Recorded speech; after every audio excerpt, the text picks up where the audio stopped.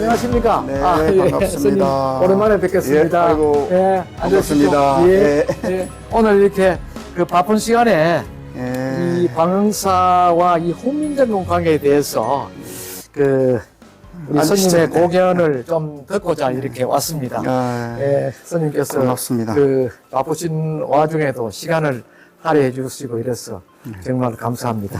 예. 예. 이 광흥사는 뭐 일찍이 2013년도에 그 우리 광흥사 주지 스님과 같이 인연을 해서 제가 이 광흥사 소장 그에 대해서 그 성모 유물을 지방 문화유산으로 지정하는데 제가 연구를 해서 그 만들었던 연구 보고서입니다. 이게 한 350쪽 정도 되는 걸로 알고 있는데 이렇게 해서 광흥사가 널리 알려졌던 걸로 제가 알고 있습니다. 예. 스님 그동안 어떻게 지냈었습니까? 뭐 바쁘게 예. 정단에 또 일도 하고 이러다 네. 보니까 우리 교수님이 있을 때는 이제 처음 2010년도 제가 이제 처음 부임했을 때 네, 네. 이 무렵에 이제 인연이 돼서 예, 예. 이제 우리 광흥사 연보도 이렇게 예. 만들기도 하고 네, 네. 이렇게 비단으로 우리 교수님이 만들어서 준 거 아니에요? 이게 그때 저, 당시에 새롭습니다. 예, 그래서 지금 와서 보니까 예. 저도 이제 이 서고에 이렇게 넣어놓기만 하고 그랬는데 예. 또 와서 어제 한번 다시 이렇게 훑어봤습니다. 예. 맞아요. 이 정말 그 10년이라는 세월이 그 생각할 여지도 없이 훌쩍 이렇게 지나버리네요. 예. 저도 뭐 바쁘게 지내다 보니까 예. 10년이라는 벌써 그런 세월이 흘렀다는 생각이 좀 듭니다. 아, 그러시군요. 예, 예.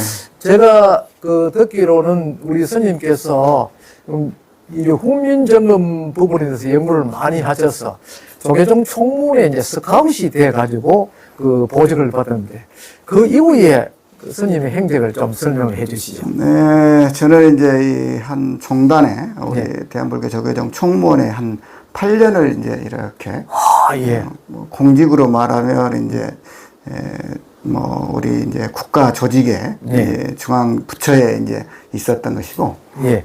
그래서 한 8년 있으면서 뭐 지역 보직들은 뭐 국장들은 다 두루 다 섭렵하고, 그다음에 이제 우리 종단은 이제 직책이 좀 반대예요. 네. 국장이 밑에고 부장이 이제 위인데. 아, 부장이 위고, 예. 국장이 밑이고. 예. 아, 그러니까 그래서 사회 조직과 조금 다르죠. 차별화되어 있군요. 그래서 이제 국장 소임은 다 두루 섭렵을 하고, 네네. 이제 부장 소임은 예. 사회부장으로 마지막으로 그래서 작년에 이제 그만두고 이렇게 왔습니다. 아, 그러시군요. 그동안 많은 괄목할 만한 그런 행적을 보이셨다는 걸 제가 그 매스컴을 통해서 예. 들었습니다. 항상 그 전형 뉴스 보면은 조계종 부분에 나오면 항상 우리 주지스님께서 나오시가미 설명도 하시고 항상 또 옆에는 또 훈민정음과 관계되는 또 책자가 쥐어져 있고 하는 걸 보고 역시 저 어른이 우리 불교에서는 최고 가는 한글 학자구나. 그런 생각을 제가 하게 되었죠. 너무 가분한 칭찬입니다. 그렇지 않습니까? 그런데 한 10여 년 세월은 흘러도 우리 주지스님께서 광흥사의 그 창건 유래에 대해서는 설명을 하실 수 있겠죠? 아이고, 저는 이제 그동안 2010년도에 예. 광흥사에 이렇게 부임해 와서 실은 이제 이 광흥사가 이렇게 대단한 사찰인지를 모르고 예. 이렇게 이제 왔었지만 예. 이제 훈민정음을 이렇게 여기서 덕을 당하고 이러면서 제가 예. 이제 여기가 이제 보통 사찰이 아니다라는 걸 알게 돼서 예. 연구를 하다 보니 우리 이제 광흥사 같은 것은 훈민정음을 가지고 예. 세계화해야겠다. 광흥사 자체를. 네. 그리고 저는 이제 훈민정음도 어떻든 세계화해야 되기 때문에 그래서 네. 연구를 많이 했기 때문에 예. 그래서 이제 광흥사에 대한 유래는 제가 또 한번 설명을 좀 해드리도록 하겠습니다. 예, 광흥사 유래가 또 아무래도 훈민정음과 관계되니까 좀 재밌는 이야기가 아마 나오시지 않았나 이렇게 생각하는데 그 광흥사의 그 창건과 또 중간에 또 훈민정음과 관련이 있으신 분이 주석을 했다. 이런 설도 있습니다만은 그와 연계해서 제가 광흥사 유래를 이래 전체적으로 설명을 좀 할까요? 예, 해주십시오. 우리 이제 김정국 교수님께서 이제 처음 우리 이제 문화재 뭐 보고 차원에서 우리 연보도 만드시고 이제 이랬을 때 저는 이제 사실은 여기 광사에 대해 잘 모르고 이제 부임을 했지 않습니까? 그래서 이제 제가 처음 여기 광사 도착했을 때 한 2개월 정도 됐을까요? 예. 근데 이제 이 검찰에 수사가 와요. 예. 그래서 이제 이 지장전을 좀 수사를 하는데 협조를 좀 해달라. 이래서 저는 깜짝 놀랐습니다. 스님을 수사하러 왔다고 하니까 깜짝 놀랐습니다. 그러니까 스님한테 협조를 구하기 위해서 왔던 거죠. 그분들이 이제 예.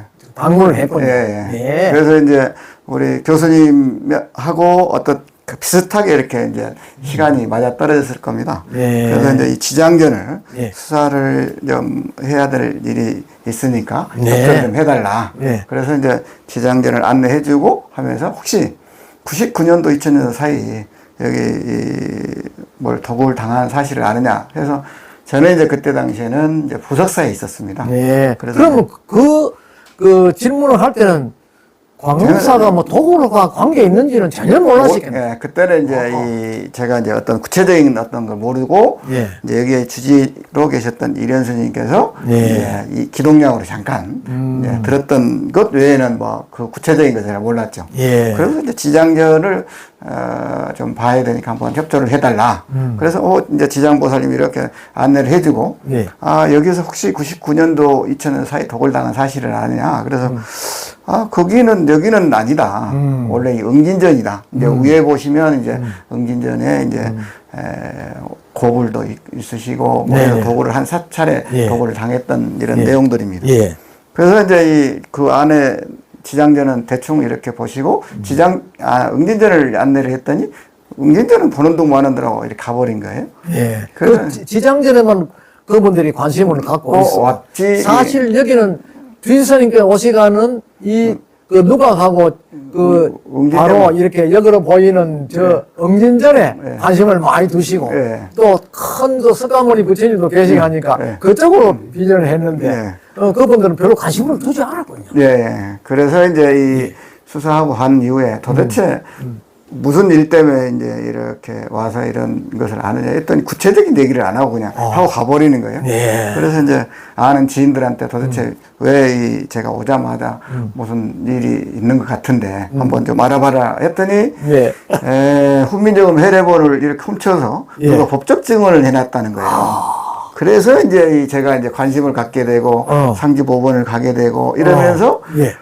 봤더니 이 광사하고 왜 훈민정음하고 연결돼 있지? 하고 이제 자료를 찾고 그때 이제 우리 교수님 한참 이제 막 공부를 열심히 할 그런 시기였습니다. 그리고 사실상 그 전까지는 이 훈민정음 또 훈민정음 해례 보는 데 대해서는 별로 전혀, 아시는 바가 전혀 없었죠. 전혀 없었습니까? 예. 그렇군요. 그러니까 이제 고작 배우는 게 학교 다닐 때 이제 배웠던 것 외에는 뭐 그런 지식들을 전혀 안 예, 가졌습니다. 학교 다닐 때 이제 배웠던 국지, 어미, 예. 이호, 중국하여 뭐 그 정도만 생각하셨군요. 예, 이제 뭐 우리 학교 다닐 때 기본적으로 이 성을 안 외우면 맞았지 않습니까? 국어 선생님한테 예. 손등 안 맞기 위해서 예. 성은 외웠던 건 나란 예. 말씀이 중국에다라 문자로 서로 사마대한시에 여린 백성이지리 네. 하면서 우리 이제 국어 선생님이 이렇게 그때 당시에 제가 이제 그 나이가 됐습니다. 네. 그래가지고 이 안경도 이렇게 내려보면서 안 그러면 이제 대뿌리로 그냥 손등 맞아 그거 안 맞기 위해서 이제 외웠던 것 네. 외에는 그 여기 와서 제가 이제 훈민정음을 연구를 하고 이러다 보니 국보 70호가 되고 또 뭐 세계 기록문화에서도 야 이건 보통 물건이 아니구나. 그래서 이제 상규법원을 형사상 3차 공판부터 이렇게 가게 됩니다, 제가. 예. 그래서 지금 이제 언론에 많이 알려지고 있던 이제 상규본이라고 하는 해례본과 그 다음에 이제 이 도굴범에 의해서 가져갔던 내용들, 그 다음에 이제 골동품을 하고 운영했던 분하고 이제 서로 이제 2008년도에 우리 집 수레하다 나왔다 하면서 언론에 공개하게 되고 지금 배 씨라는 이분이 그런 이제 수사를 하게 되었다는 것은 이 광흥사가 역사적으로 중요한 역할을 했던 어느 시점인지 분명하지 않으나 중요한 역할을 했던 그런 사찰인 것을 그때 우리 주지스님께서 그 늦게나마 알게 되셨거든요. 예. 그렇다면은 이 광흥사가 처음 창건될 때 아마 신문왕대에 의상조사가 창건했다는 그런 기록이 있는 걸로 알고 있습니다. 예. 이제 그렇다면 의상조사는 어떤 인연으로 이곳에 와서 사찰을 창건했을까요? 이제 화엄 정찰을 하면 이제 합10차리 또 있습니다. 중국에. 네. 그런데 이제 이쪽에는 이제 의상 스님의 창건줄 중에 본찰인 네. 부석사가 있어요. 예. 그래서 부석산이 고운산이 이런 이제 몇 사찰들이 전부 다 의상 스님 창건줄이에요. 이러다 보니 이제 여기는 화엄의 정찰이고 그때 당시에 신라 시대의 땅이기도 하고 하니까 어떻게 보면 화엄을 많이 알리는 이런 의상 스님의 역할을 했던 그런 사찰이었습니다. 근데 제가 여기 왔을 때는 창건 연대를 정확하게 모르고 있었던 거죠. 예. 전에 계셨던 이제 스님이 이제 그런 거에 대한 관심이 없으셨는지 그 현판 안에도 정확한 연대는 잘 모르지만 이렇게 이제 우리 이제 현판에도 그렇게 써져 있어요. 그래서 이제 제가 이제 1829년도 이 중수기를 이렇게 봤더니 신라 고찰이라는 것을 알게 됐던 거예요. 그래서 이제 제가 이제 그때 당시에 이제 우리 광원사 연보에도 있지만 제가 이제 어필각이라고 해서 어필각. 예, 뭔가 그 머리에 이래 맴도는 게 있는 그런 용어입니다. 예, 그러니까 왕이 하사된 물건만 따로 모시는 이런 정각이 있었다는 거예요. 근데 그 정각에 대한 중수기를 보시면 여기 보면 광흥사적 신라 고찰이고 조이 국가의 원당이었고 대명시에 이뇨황후 권선책 구책을 여기다 보냈었고 조선 어시급 세종대왕 법화경 친서 일책이 여기에 봉안되어 있고 영종대왕 법화경 병풍 16폭짜리 1족자가 여기에 봉안되어 있다. 이런 기록들이 있어요. 이제 세종대왕의 법화경 친서가 있다는 이런 기록들이라든지. 대단하지 않습니까? 그런데 이제 이 1946년도에 화재로 인해서 이제 이거 전소가 되고 1827년도에 이 중수기를 보면 그 470칸에 700여 칸이다. 이렇게 나옵니다. 472여 칸. 대단하군요. 그러니까 이제 뭐 정확하게 다 세면 이제 뭐 다양하게 이제 있기는 하겠지만 약 500여 칸이지 않을까. 그래서 이제 여기에 이제 우리 교수님이 계시는 이 자리는 바로 이제 영산암이라는 남자입니다. 그리고 그렇죠. 이제 저 새로 지었던 2002년도에 도굴당하고 이러면서 이제 그걸로 해서 보험을 타가지고 짓기 시작했던 2002년도에 지었던 법당 밑으로 해서 이제 그래서 은행나무가 보면 500년이 넘어가는 은행나무 있잖아요. 그 은행나무가 참 대단하죠. 아마 이제 세종 때 그 한글 창제할 그 무렵에 그 은행나무가 지금 제가 방금 그 올라오는 길에 그 은행나무를 탁 바라보면서 이것은 바로 국가유산의 기념물급이구나 이런 생각을 하고 올라보더니 조만 그 중창준지 창건준지 그 비석이 하나 세워져 있습니다. 그분은 누구의 비석입니까? 이제 그 비석은 이제 비석이라기보다는 이제 보수에 대한 이제 연대를 이렇게 해놓은 것이고요. 사적비이기도 하고 이랬습니다. 그렇습니다. 그래서 이제 의상스님께서 여기에 이제 창건하시고 해서 이제 광흥사가 연대도 이제 의상스님 창건을 했다라고 이제 저는 이제 현판도 다시 이제 교정도 하고 이 이제 중수기를 보면서 제가 이제 다시 교체도 하고 했습니다. 그래서 이제 의상스님이 이 부근에는 거의 대부분 화엄을 이렇게 보급하는 이제 이런 겁니다. 그래서 내년이 의상스님 창건 1400주년이 됩니다. 화엄학을 이렇게 알리기 위해서 세계 세미나도 지금 계획을 하고 있습니다.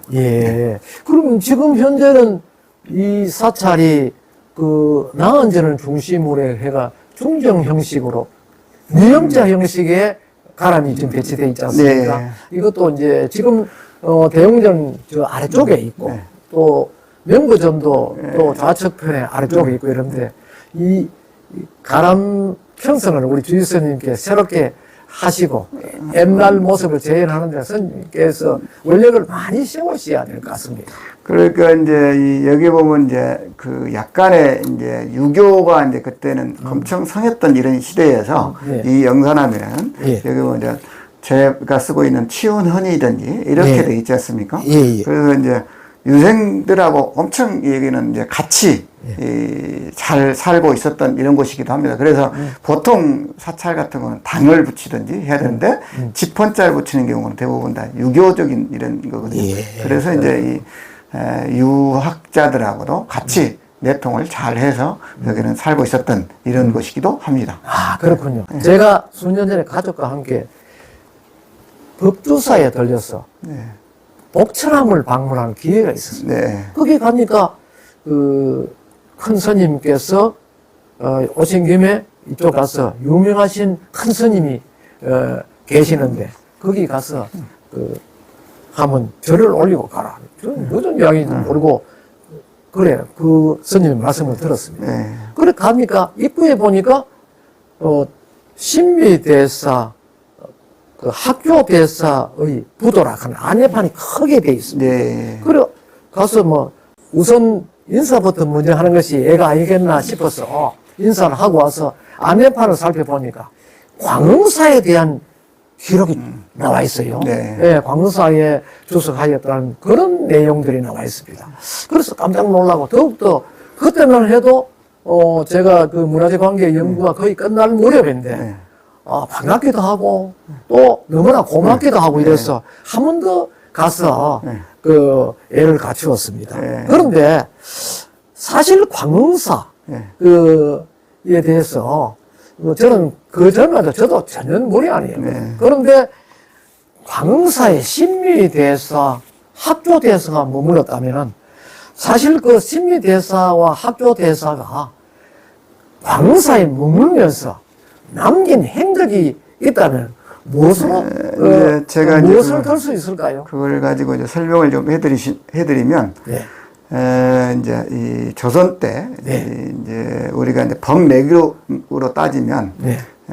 이제 하모득통, 이제 처음 개국공신이었던 무학, 하모득통, 신미로 이렇게 이루어집니다. 법내기. 예. 이제 고려 때 따지면 이제 지공, 나홍, 무학으로 이루어지고, 그 다음에 이제 조선에 들어오면서 하모득통, 신미로 이렇게 법내기라고 이렇게 이제 분류를 하면 예. 부처님으로부터 부처님 가섭 안안으로 해서 쭉 28대 달마대사까지 인도에 그 달마대사가 중국으로 오면서 초조가 되죠. 그러면서 우리나라에 약 79대까지 이렇게 내려오는 게 법내기입니다. 예. 거기에 보시면 이제 이 하모득통 스님의 제자인 신미 스님입니다. 그 예. 신미 스님의 제자 중에 이제 학조 스님 있고 화결 스님도 있고 예. 그런 다양하게 이제 제자들이 있는데 예. 이 학조 스님이 바로 고향이 여기 이제 안동입니다. 안동. 풍산 소산이라는 곳인데 옛날에 이제 여기에 있는 이제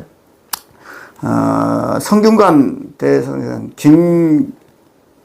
보백당 김계행의 이제 자손인데 맏아들인데 이제 학조 스님이 출가를 해요. 그래서 오형제 중에 맏아들인데 이분이 이제 출가를 할 때 여기에 이제 이 구전으로 내렸다는 내용이 있어요. 그래서 이제 신미 스님이 이렇게 보면 범상치가 않는 거예요.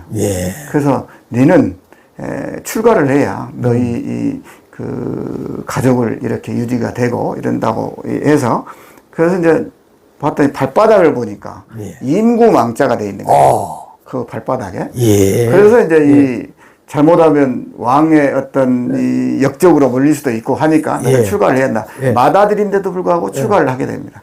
그때 당시에 이제 여기는 국가의 원당이고 이러기 때문에 대가람이었지 않습니까? 그래서 이제 신미 스님이 여기 오셔서 있다가 학조 스님을 출가를 하게 되죠.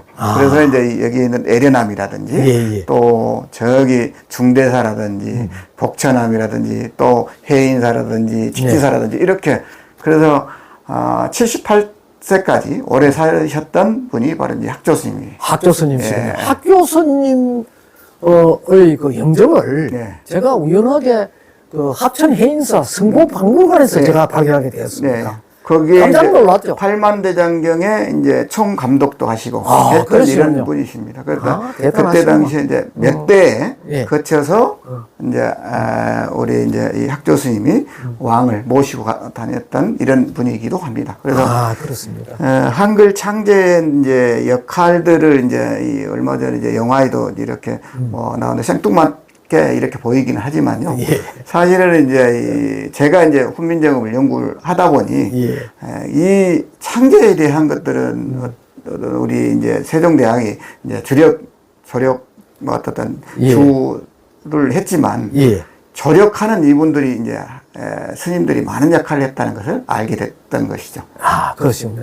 사실은 제가 이 그 국문학을 전공한 그 학자입니다. 네. 그래서 사실 이 훈민정음에 대해서 뭐 국악 소가이지만은 네. 상당히 관심을 두고 있습니다. 예.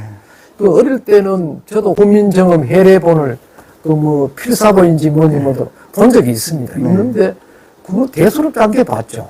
보았는데 이 안동 광흥사 와서 이제 훈민정음이 무엇이었나 하는 것을 새롭게 그 인식하려고 제가 생각을 했죠. 네. 그래서 사실 오늘 그 우리 큰 스님을 뵙게 된 그 동기도 훈민정음에 대해서 공부를 좀 하기 위해서 사실 왔습니다. 그런데 당시 신미대사가 훈민정음 창제와 그분이 그 참여했던 역할 그에 대한 상호작용이 지대했다. 뭐 이렇게 제가 이제 그거에 대한 설명을 좀 잠깐 해드리면, 이제 역사적인 배경이나 이렇게 보면, 뭐, 신미 스님이 직접 창제하는데 주력했다 이런 자료들은 사실은 하지 않습니다. 네네. 상황들을 이렇게 보시면 알 수가 있는 게 뭐냐면, 예. 우리가 이제 최초 언해된 책, 이제 한글로 번역된 책이 바로 이제 석보상절, 뭐 어린 청강지고 어린 석보 이렇게 이제 학교 다닐 때 많이 배웠지 않습니까? 네, 그렇습니다. 그러니까 용비어창가라든지. 예. 그런데 이제 이 한글 창제한데 이제 역할을 하는 이 훈민정음에 대한 내용을 보면 어린 석보에 이렇게 이제 어디에 이제 있는지를 알 수가 있습니다. 예. 제가 이제 석보상절을 이제 설명을 좀 해드리면 석보상절은 소원왕후 이제 세종의 부인인 소원왕후 극락왕생을 위해서 이 책을 만들라고 세종이 지시를 합니다. 그때 당시 9명의 프로젝트, 신미, 수미, 홍준에서 이제 왕가에서는 안평대군, 수양대군, 또 이제 김수원이라는 인물. 이 김수원이라는 인물은 이제 신미 스님의 친동생이거든요. 이분에 의해서 이제 어떻게 보면 조선의 대장경을 축소해는 조선의 불교 성전이다. 이렇게 보시면 돼요. 그래서 우리 학교 다닐 때 석보상절 하면 대부분 이 부처님 일대기라고만 생각하고 또 앞에 보면 변상도 보면 그러는데 석보상절이라는 건 어떤 거냐면 석보, 석가모니, 가보에 의한 상세할 상자, 절약할 절자. 아, 그렇군요. 그 상세한 건 상세하게 하고 절약한 건 절약해 해놓은 게 석보상절입니다. 그 내용이 바로 법화경, 아미타경, 지장경 모든 경전을 함축해서 만든 게 석보상절입니다. 그런데 그 내용을 보고 감동을 해요. 그래서 세종이 그래서 만든 게 월인청강지곡입니다. 예, 그렇죠.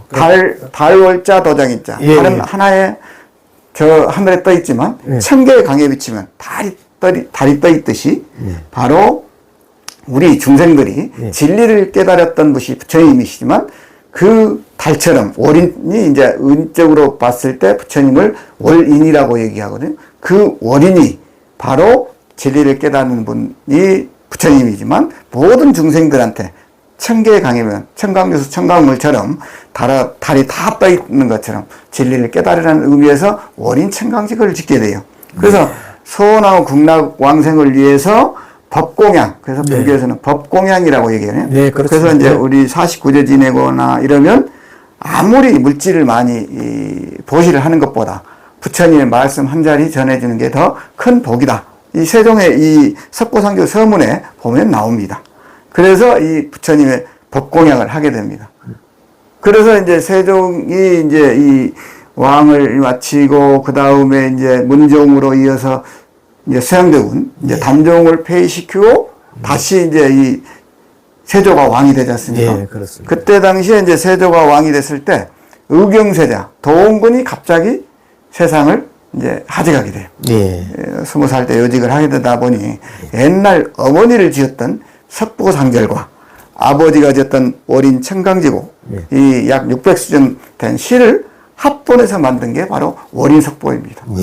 그게 바로 우리 교수님께서 같이 복장 유무를 이렇게 했을 때 월인 석보가 나왔지 않습니까? 그게 바로 초간본 21권, 7, 8권. 이게 초간본이 1459년에 지었던 이 세조가 했던 이 책이 이 지장전에서 나오게 돼요. 아, 참 정말 대단하군요. 그 지장전 이야기가 나왔었으니까 제가 또 여쭤보고 싶은 게 있습니다. 그게 이제 2013년도 11월 29일 날 정확하게 이 매스컴에서 이미 개절을 해서 세상에 알리는 이야기인데 안동 광사의 명부전에 시황산 복장에서 네. 조선 세종대의 훈민정음 창제 당시와 관계되는 수많은 고문서가 예, 나왔다.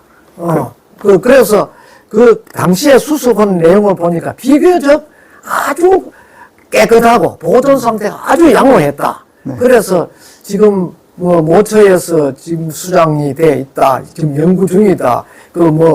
국가유산으로 지정한다 등등 여러 가지 이야기가 있는데 거기에 대해서 스님께서 네. 말씀을 좀 보태 주십시오. 예.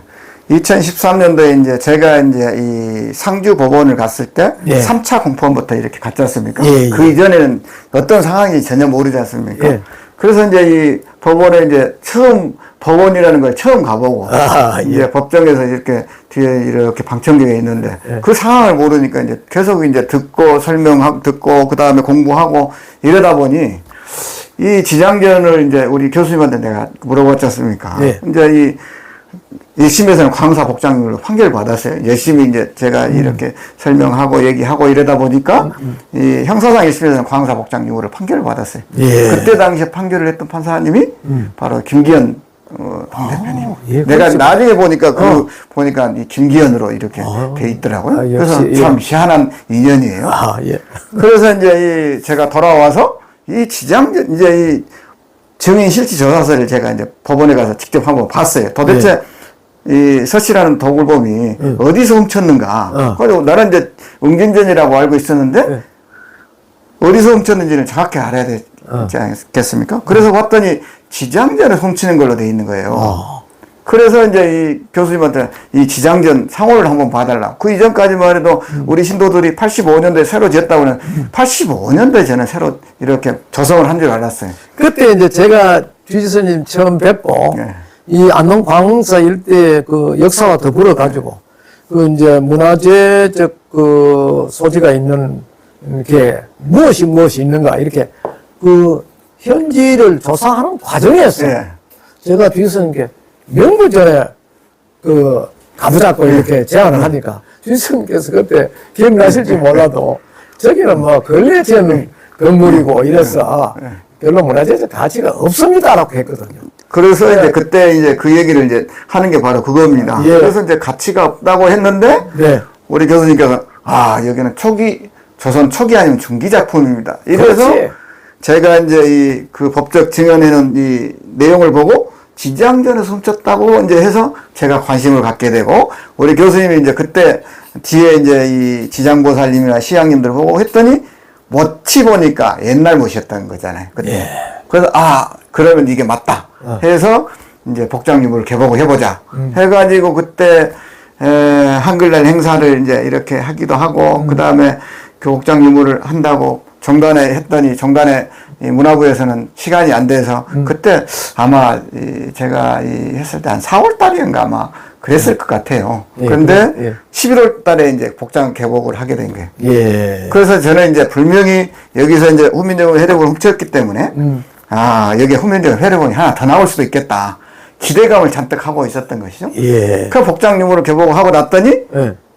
이 회례본을 넣고 우리 한글에 대한 자료들은 다양하게 나오는 거예요. 그래서 좀 실망을 했죠, 실은. 네. 복장 유물이라. 그래서 임노직 우리 이제 이 박사한테 다시 한번 와보라고 이제 해서 그 내용을 봤더니 우리 박사님도 이제 이 자료들을 이렇게 보니까 다 보물인 거예요. 고려 때부터 해서 뭐 2세기 발간한 책들 그래서 저는 한글만을 공부를 하고 연구를 하다 보니 한글에 대한 자료가 더 중요하지. 네.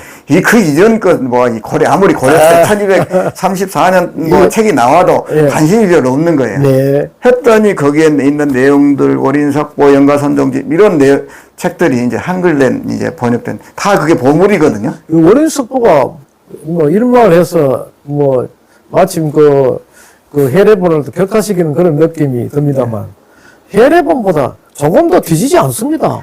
그러면요. 왜 그러냐면 이제 훈민정음 해례본은 바로 이제 이게 이제 아까 이제 제가 이제 잠깐 설명을 했지만 이게 이제 목판본 이제 이거든요. 이게 이제 직접 목판본을 각인해서 인쇄를 하는 거예요. 지금에 있는 목판본들은 이렇게 현대 인쇄하는 것보다 더 낫습니다. 예. 그래서 이제 이 훈민정음 해례본 예. 이것도 중요하지만 네. 사실은 보급에 영향을 줬던 월인 석봉입니다. 그러면 이제 그렇죠. 우리가 학교 다닐 때 예. 기본적으로 이제 이 해례본이 어떤 거냐 하면 나란 말씀이 둥국에다라 문자로 해서 그렇습니다. 청와대나 아니면 국회나 보면 항상 뒤에 이렇게 써져 있는 게 그거예요. 예. 근데 우리 우리는 국민정음 해례본 이게 어쩌면 우리 머릿속에 나온 거 네. 그 국민 교육 현장 암기하듯이 네. 졸졸졸 지금도 나오지 않습니까? 근데 이제 이 훈민정음 해례본은 어떤 거냐? 국지여우 미호 인상불통야라 하면서 그게 풀어지는 게 나란 말씀이 둥국에다라 문자로 서로 삼할 때 이겁니다.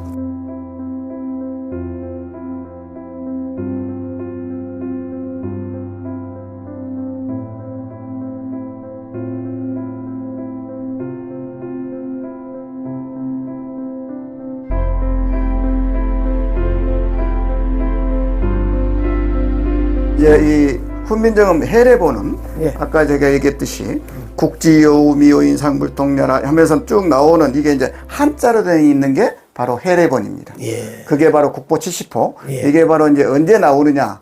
바로 이제 1940년도에 예. 이용준이라는 이제 안동에 있는 금구당에 있는 이용준이라는 선생이 있어요. 예. 이분이 이 책에 이런 책이 우리 집에 있다. 해가지고 전영필 선생한테 예. 이것을 얘기를 해요. 그래서 조선의 최고의 갑부인 전영필 선생이 이걸 사게 됩니다. 예. 이제 그 책이 바로 이제 이 책인데, 저기 있는데, 예. 이거는 이제 그 영인된 책이고요. 예, 그 그렇습니다. 책을 해서 국보 70호, 1962년도에 이제 국보 70호를 만들게 되고, 1997년도에 세계 기록문화유산으로 등재가 됩니다. 그게 간송법 아닙니까? 그게 바로 간송의 간송 전영필 선생이 이제 예, 사게 예, 된 거죠. 예, 예. 그래서 유명하지 않습니까? 그렇죠. 그리고 1950년도에 예. 이제 6.25가 일어나면서 예. 전영필 선생이 바로 이제 전쟁이 일어났을 때도 예. 그 다양의 유물들이 있는데도 불구하고 이 해례본을 예. 가져가서 베개를 비고 이렇게 했다고 이거 유명한 일화도 있기도 하고 예, 예. 근데 그때 당시에 3만 원 뭐 내지는 10,000원 이런 이제 그건 설랑설레가 많은데 예. 이것을 그때 당시에 이 서울에 집 10채 주고 샀다는 거 아니겠습니까? 그래서 이 책이 이 세상에 나오게 된 것이고 예. 그래서 이제 이 책을 발견했던 이용준 선생은 6.25가 일어나면서 월북을 하게 되고 그 다음에 이제 이 책이 이제 이 소중하다는 것을 알게 됐던 것입니다. 예. 그 다음에 이제 이 책이 있고 그 다음에 이제 제가 이제 보급에 대한 한글 창제에 대한 것은 1443년에 예. 한글 창제하고 예. 46년에 반포하고 예, 맞습니다. 이렇게 해서 예. 1459년에 월인석보가 이제 이 세조가 했던 그 강경동함을 통해서 월인석보를 이제 보급을 하게 되거든요. 근데 이제 이 나란 말씀에 둥국에다라 문자로 서로 하는 이 서문 이걸 수없이 우리는 국민들 대다수가 외우고 우리 세대 때는 다 외웠을 겁니다. 예. 근데 이 서문이 어디가 있느냐? 바로 월인석보에 있는 거예요. 예. 월인석보 1권에 바로 이제 있는 내용들입니다. 이게 바로 이제 뭐 보통 청와대나 국회나 이렇게 있는 이 내용들입니다. 그래서 이 책 자체가 월인석보에 있다는 겁니다. 왜? 그러면 한글을 보급하기 위해서 강경도감이 설치가 되거든요. 그래서 그 강경도감은 국가가 인정해주는 바로 인쇄소이죠. 예. 그러면 이제 강경도감이 있다는 게 한양, 개성, 진주, 남원, 안동, 뭐 상주, 뭐 이렇게 해서 있는데 여기 광사가 바로 안동부에 있는 강경도감이 있었기 때문에 한글 보급한데 전진 기지였다.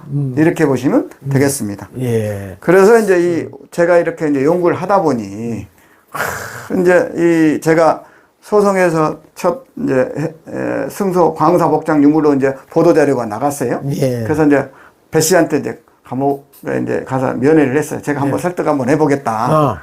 그래서 가서 이제 이 배 씨한테 이 얘기를 했더니, 아, 스님이 웬만하면 욕심을 좀 버리시죠. 이러는 거예요.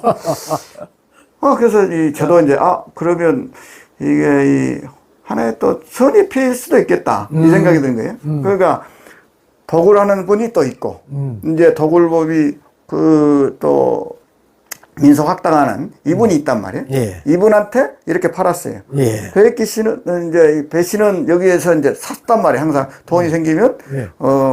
얼마 2, 30만 원 세명이면 이렇게 샀는데 이 조씨라는 이분은 그냥 책의 상태만 보고 그렇게 팔았던 거예요.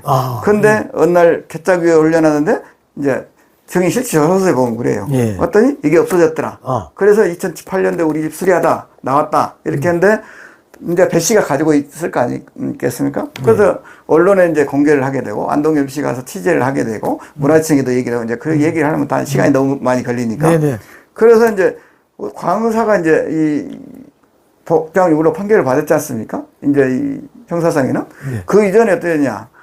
원래 이제 제가 이제 계속 이제 이 광의사 복장유무로 판결을 받다 보니 이제 소송하게 되고 이래서 이제 제가 이제 소송할 때 제가 이건 광의사 복장유물에서 이제 소송을 하게 되고 그러다 보니 조 씨가 이제 복장유물에 이제 하다가 작물로 걸리게 된 거예요. 예. 그래서 기증식을 이제 문화재청 하게 된 거죠. 예. 그러니까 이제 소유구가 어떻게 되냐. 국가가 되기도 하고, 광사가 되기도 하고, 또 조씨가 되기도 하고, 또 현재 가지고 있는 배씨도 되고, 네. 이렇게 이제 사파전이 벌어진 거예요. 그래서 이제 제가 훈민정음을 연구하다 보니, 네. 이것은 우리 한 개인의 소유물이 아니고, 그럼. 이것은 우리 인류의 자산이다. 그럼. 우리 인류 역사상 우리 한글이 어떻게 이렇게 이 창제 원리라든가 이렇게 돼 있는 것은 우리 한 문자가 이렇게 돼 있는 것 훈민정음 해례부분이 없다는 거죠. 예, 그래서 맞습니다. 예. 우리의 정신을 가져야겠다. 그래서 훈민, 가르치는 백성민. 바로 이제 말씀 원본을 시험 쳤잖아. 백성들한테 가르치는 일이 예. 정음을 가르쳐야 되는 거예요. 그럼. 이 정음이라는 게 어떤 거냐. 우리가 바른 우리의 소리라든가 말이라든가 이게 정음이 아니고 이 소리라는 것은 잡소리도 이 정음인 거예요. 모든 소리들이 다 정음인데 바로 그 소리가 있기 때문에 바른 소리가 있는 것이고 예. 우리가 발음이 잘못됐을 때 바른 소리를 만드는 게 바로 정음인 거예요. 예. 그러면 우리의 철학과 생각 모든 게 정립되어 있는 게 정음으로 나와야 되는 거예요. 예. 헛소리를 막 하게 되면 이거 정음이 아니라는 거죠. 그게 바로 이제 우리의 불교적으로는 훈민, 백성들한테 가르치는 일이 바로 화하중생, 중생을 교화하는 일이고 예. 상구보리, 보리를 깨닫는 이렇게 원린, 예. 진리를 깨닫는 이게 바로 정음이다. 8정도의 정음이 돼야 되는 거예요. 예. 그래서 정음을 하는 게 바로 상구보리 화하중생이 이 안에 다 들어가 있다. 이렇게 보는 거죠. 그래서 훈민정음을 알리는 일들을 제대로 정신을 해야 되겠다. 이 생각이 들어서 제가 아까 얘기했던 우리 배 씨한테 그러면서 그러면 우리는 정신으로 가야 된다. 이 책이 중요한 게, 이 책은 이제 이미 제가 수없이 많이 그때 당시 218권을 해서 복장유물도 네, 집어넣기도 하고 네. 행사도 하기도 네. 했었단 말이죠. 그렇습니다. 예. 그래서 제가 이제 이 한글을 세계화해야겠다 해서 훈민정음 세계화 운동본부를 또 열심히 활동을 하게 되고 네, 그래서 지금의 훈민정신이 얼마나 중요한지를 제가 설명을 좀 해드릴까요? 네. 자, 이 해례본의 이 책 한 권을 바로 이 그림으로 다 설명이 가능합니다. 그러시군요. 네. 예. 자, 그러면 이제 한번 보세요. 예. 자, 이걸 이제 제가 설명을 해야 될까요? 기억하면 예. 목구멍이 막아진 해 모형을 보고 만들었다. 예. 훈민정음에 이렇게 나와 있어요. 예, 예. 니은은 이 천장에 붙어 있는 모형을 보고 만들었다. 히읗은 암 이빨 모양을 보고 만들었다. 미음 입술 모양을 보고 만들었다. 이응은 목구멍을 보고 만들었다. 이렇게 돼 있습니다. 예. 우리가 학교 다닐 때 기본적으로 이제 그 해례본을 제대로 연구를 안 하다 보니까 그 세종대왕이 화장실에 앉아서 문창사를 보고 만들었다는 등 문고리를 보고 만들었다. 이렇게 이제 이 조선 때 이제 한글을 비하하기 위해서. 그래서 소위 음문이라는 표기 아니에요. 예. 그렇게 해서 비하해서 이제 하는 경우가 많았습니다. 그래서 훈민정음이 나옴으로 인해서 완전히 그걸 정립합니다. 그래서 우리 입안의 구조를 가지고 만들었다는 것을 알게 된 거죠. 자, 그러면 가해계원리입니다. 우리 한글은 이 5개가 기역, 니은, 히읗, 미음, 이응 이 기본 골격을 통해서 만들어져 있고, 그 다음에 그게 이제 목화토금수 우리의 이제 이 오행으로, 그래서 음양 오행으로 되어 있다라고 이렇게 훈민정음에 나와 있습니다. 예. 그래서 이제 이 5개가 기본 골격을 해서 기역에 하나 더 되니까 키역 되겠죠. 예, 그렇죠. 예. 니은에 하나 더 되니까 디귿 되죠. 디귿해서 니을 되고, 예. 티귿 되고, 시옷 되고, 비읍 되고, 가해게 올립니다. 이은, 히읗 이렇게. 예. 자, 이거면, 자, 크는 어근이 소리, 느드르트는 혓소리, 스즈치는 입소리, 무부푸는 입술소리, 으는 목구멍, 중앙소리. 목구멍 소리. 그래서 한자로, 제가 이제 여기에서 보시면, 훈민정음에 보시면, 여기에 보시면 이제, 기역은 아음이니 여군자 초발성이라. 예. 기역은 어금니의 소리니 임군군자처럼 처음 나는 소리처럼 내라는 거예요. 자, 기역은 아음이니 여 쾌자 한자로 쾌자. 지금이야 뭐 쾌 하면 군 하면 금방 알아듣지만 예. 그때는 잘 못 알아듣는. 디귿은 설음이니 여 두자 탐자 탄자 나자 이렇게 해서 초성 중성 정성으로 분리되어 있고 제자에 용자에 이렇게 해서 5 분류를 되어 있는 게 바로 해례본입니다. 예. 자, 그러니까 이 후민정 해례본에 설명한 내용이 모두 입안에 있군요. 예. 그래서 이제 우리 입의 구조를 가지고 자음은 만들어졌습니다. 천지인을 가지고 만들어진 게 뭐냐? 모음입니다. 자, 하늘은 둥글다. 땅은 평평하다. 사람은 서 있다. 천지인으로 해서 만들어진 게 모음입니다. 예. 하늘은 둥글다. 예. 땅은 평평하다. 사람은 서 있다. 예. 천지인으로 이렇게 되어 있습니다. 예. 자, 그러면 이거는 오, 이거는 아, 예. 우, 어, 어, 여, 어, 야, 유, 예. 요 이렇게. 예. 그래서 아, 여, 오, 유가 이거 이 안에 있는 게 다 됩니다. 예. 자, 그러면 이게 이렇게 가면 고가 되겠죠. 예. 이게 가면 과가 되겠죠. 예. 가가 되겠죠. 예. 그러면 우리가 기역, 니은, 디귿, 니을, 가나다라 모아서 이렇게 학교 다닐 때 배웠지만 사실은 그건 최세진에 의해서 나온 거예요. 근데 이 훈민정음이 이렇게 나왔기 때문에 훈민정음 따라 공부를 해라는 거예요. 예. 자, 그러면 이게 가로 이제 뭐 해볼까요? 가, 나, 다, 라, 타, 사, 자, 차, 차, 마, 바, 파, 아하 이렇게. 자, 이게 이렇게 가면 고가 되겠죠? 네. 고코, 노도, 로또, 소조, 조조조조, 모보, 포포, 오호 이렇게. 예. 그러면 우리가 기역, 니은, 디귿, 니을, 가나다라, 마와사 이렇게 배우는 게 아니에요. 해례본에 있는 대로 우리가 교육을 하자는 거예요. 네. 우리 아이들이나 외국인들 이렇게 해서. 자, 그러면 이제 제가 이걸 노래로 만들어 놨어요. 네. 한번 교수님 한번 노래 한번 들려줘 볼까요? 예, 한번 이제 들어보겠습니다. 우리가 얼마 전 이제 K-팝 뭐 해가지고 지금 세계적으로 한글을 엄청 알려지고 이런 상황들이 됩니다. 예. 그래서 한글을 배우려고 하는 사람이 7천만이 7천만. 예. 이분들을 어떻게 한글을 쉽게 전달할까? 영특한 사람은 하루 종일 터다가 이제 이 세종 당시에 천만리라든가 뭐 집현전 학자 엄청 반대를 하지 않습니까? 그때 당시에 세종께서 하는 말씀이 이 훈민정음은 바로 모든 소리를 다 집합해서 만들 수 있는 게 우리의 한글이다. 그 위대성을 설명을 해요. 개 울음소리, 바람소리, 새 울음소리, 하계 울음소리까지 표현할 수 있는 게 우리의 문자다. 이렇게 나와요. 네. 자, 그러면 우리의 훈민정음은 다양하게, 그래서 자음 7자, 모음 11자를 가지고 11,172가지를 표기를 할 수가 있어요.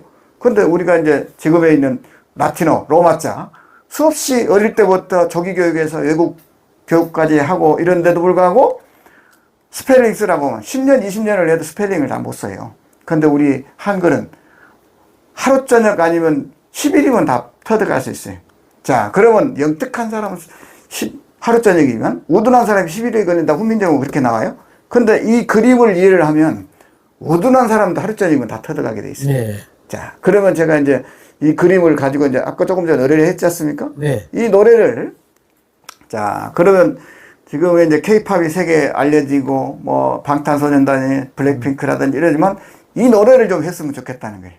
자, 제가 이제 노래를 한번 불러볼까요? 예. 자, 순서적으로 이렇게 한번 고로부터 해볼게요. 예. 고코, 노도로, 도소조조조조초, 모보포포, 오호 이렇게 됩니다. 자, 이제 제가 이제 음을 이제 모음과 자음을 이제 합쳐서 만듭니다. 예. 자, 고부터 해볼까요? 예. 고코, 노도로, 도소조초, 모보포호 가가합니다. 예. 카칸나다라따 사자차 마바파하. 자, 그 해볼까요? 느드르뜨 스드츠 무부푸. 우리는 소리 문자입니다. 예. 자, 뜻글자인 한자에 예. 음을 다 표기하실 수가 없기 때문에 훈민정음이 나오게 됩니다. 거기는 이제 우리 불교로 보면은 진언들 있잖아요. 네. 진언들을 이렇게 쓰려고 해도 어렵고 또 방언들과 이렇게 있기 때문에 엄청 어려운 거예요. 한자 글로 써서 의사소통이 되지만 우리 이 사투리를 쓸 때는 이게 소통이 안 되는 거예요. 네. 그래서 세종의 입장에서는 예민 이 사상이 거기에 다 들어가 있는 거예요. 백성들이 글을 모르기 때문에 이 백성들에게 어떻게 하면 글을 소통을 할 수 있는 게 뭘까 해서 훈민정음이 창제가 되게 됩니다. 그래서 가장 어려운 게 뭐냐? 글을 모르는 70% 이상이 글을 모르는 이런 분들이란 말이에요. 예. 이제 이 상민이라든가 이런 분들 글을 모르고 어떤 소송이 됐을 때 그냥 죽게 되고 소송에서 법적인 사항이 되면 그 변론이 안 되기 때문에 이게 예. 죽을 수밖에 없는 이런 상황이 되고 예. 감옥에 갇힐 수밖에 없는 예. 이런 게 다 세종의 입장에서는 그때 이제 뭐 이 역사적인 실록에 보면 이제 여러 가지가 있습니다. 예. 그렇지만 이것을 소통하게 해서 만든 게 훈민정음입니다. 네. 그래서 이 해례본이 이제 세상에 나오는 게 바로 지금에 있는 민주주의 시스템이란 말이죠. 그러니까 국가가 주인이 시대, 왕권의 세종의 입장에서 보면 이 어떻게 보면 백성들한테 세심하게 그렇게 마음을 전할 수 있다는 이 자체는 어마어마한 일입니다. 네. 그때는 내 마음대로 다 할 수 있고 이 나라가 전체가 다 자기 마음대로 할 수 있는데도 불구하고 국가가 있어야 이 나라가 이 백성이 있어야 국가가 있는 것처럼 바로 이제 그래서 이 훈민 정신이 바로 세계화해야 된다는 거예요. 지금에 있는 훈민 정신이 바로 훈민이어야 되고 정신이 바로 박혀야 된다는 거죠. 그래서 이 노래를 이제 쉽게 빨리 전달을 해서 한글을 세계화하고 우리의 정신과 철학을 잘 알리는 이 일들이 훈민 정신이다. 그러면 이거 노래를 방금 했지 않습니까? 예. 이거를 이제 어떻게 하느냐? 그러면 이제 이 노래를 했기 때문에 음은 다 쓸 수가 있어요. 예. 그러면 자기 이름 하루 전익음 다 쓸 수가 있어요. 그렇죠. 또 자기 이름뿐만 아니고 몇 가지만 가르쳐주면 바로 알 수 있다는 거예요.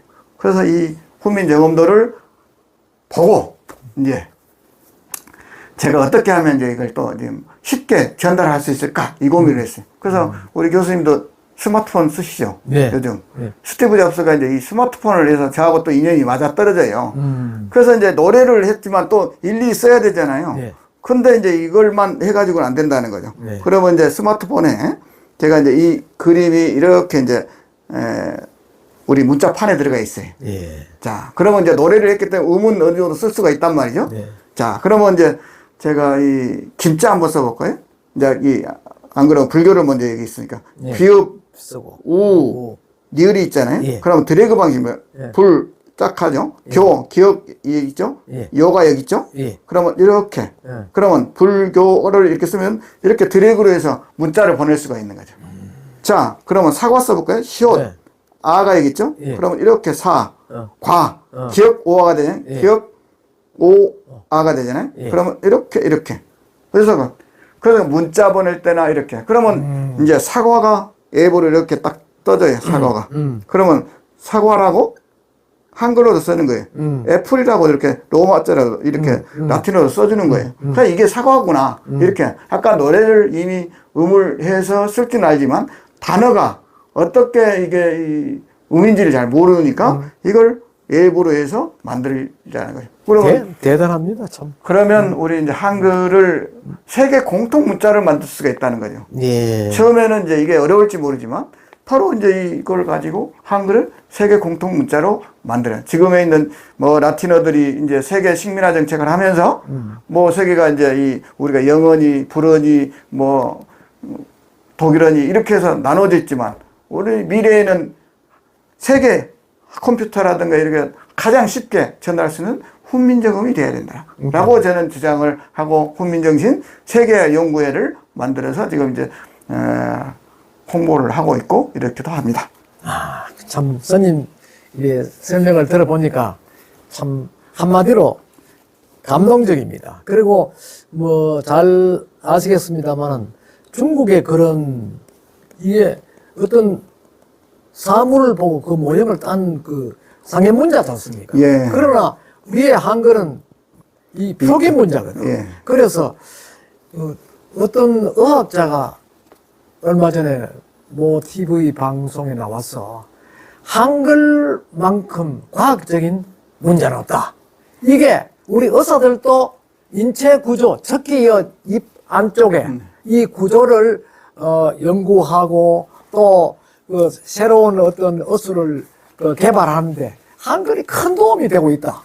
이렇게 이야기하거든요. 그 사람도 난 처음에 무슨 이야기인지 모르는데 그 사람이 장황하게 설명하는 과정에서 하하 그렇게 볼 수도 있겠구나 하는 걸 느꼈는데 오늘 그 우리 주지스님께서 설명하신 내용을 들어보니까 그 사람이 아마 주지스님 말씀을 듣고 그런 말을 하지 않았나 하는 생각이 듭니다. 그러면 이제 제가 이제 왜 이게 이제 산스크리트에서 기본 골격해야 돼. 그게 바로 이제 우리 입안의 구조, 아설 순치에서부터 시작하는 겁니다. 네. 왜 기억부터 시작하느냐.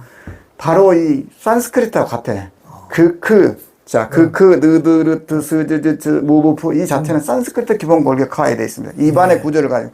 우리는 산스크리트보다 훨씬 더 진화된 겁니다. 근데 이제 얼마 전 제가 이제 이 영화 이렇게 이제 나오면서 했더니 댓글 부대들이 이제 어마어마하게 우리의 이 세종은 이 신과 같은 이런 인물인데 무슨 세종이 아니고 이 신미 스님이 창제하는데 역할을 했느냐. 원래 한글은 그 이전부터 먼저 쓰고 있었어요. 정립을 시키는 게 세종대왕입니다. 군주가 그 바쁜 와중에 이것을 아무리 천재라고 그래도 하겠습니까?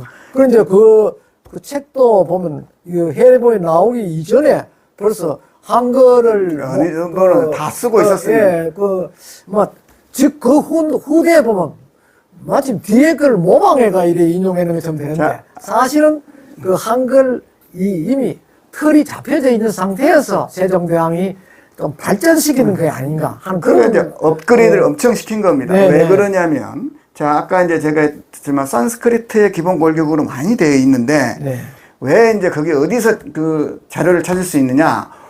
석보상절 월인 석보서문에 보면 돼요. 세조가 썼던 이 내용을 보시면 자 그러면 이제 이 제가 석보상절 서문 이렇게 보면 여기 있지만 보면 이제 이 우리 이제 서문 잠깐 한번 읽어드릴까요? 네, 한번 읽어봐 주십시오. 석보상절 서문은 이제 세조가 쓴 겁니다. 부처께서 상계의 높은 분이 되 계셔서 중생을 널리 제도하시니 그지없이 못내 해를 공과 덕은 사람들과 하늘들이 내내 길을 따르지 못하는 바이다. 이렇게 하면서 쭉 나와요.